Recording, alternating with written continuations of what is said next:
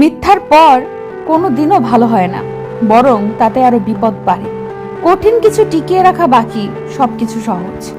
কেটে কেটে মিথ্যা নালিশ করে মানুষগুলো হিংস্র পশুর মতো কম বেশি ভয়ঙ্কর হয়।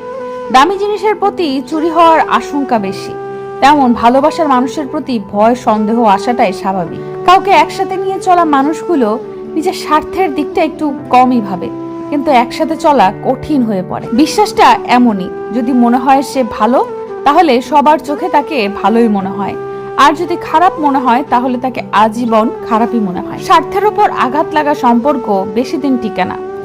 জীবনের কঠিন সময়গুলো মানুষের অন্তরে দাগ কেটে যায়, দিন শেষেও হয়তো মনে পড়ে। জীবনের সবচেয়ে বড় ভুল হচ্ছে প্রতিষ্ঠিত না হয়েও অতিরিক্ত স্বপ্ন দেখা।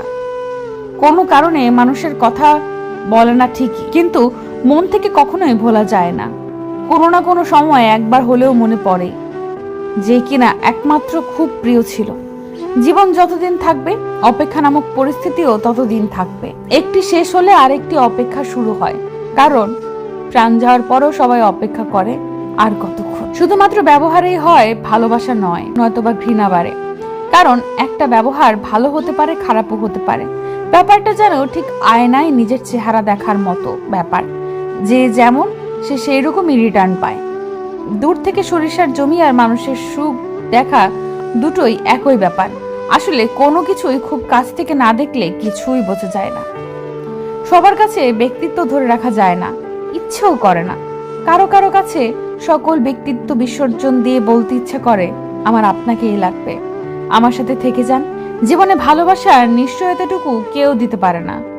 মানুষ যাকে সবচেয়ে বেশি ভালোবাসে তার সাথে সংসার করেও তো ভালোবাসা পায় না।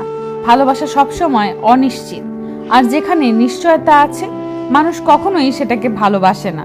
মানুষ সব সময় ভালোবাসে অনিশ্চিত গন্তব্য, অনিশ্চিত ক্ষণিকের অতিথিকে।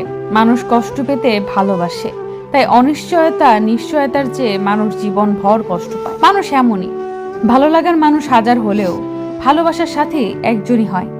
মায়া এক অদ্ভুত জিনিস, কাছে থাকলে কমে, দূরে গেলে বাড়ে। আসলে বাস্তবে সমানুপাতিক খুব কম জিনিসই হয়।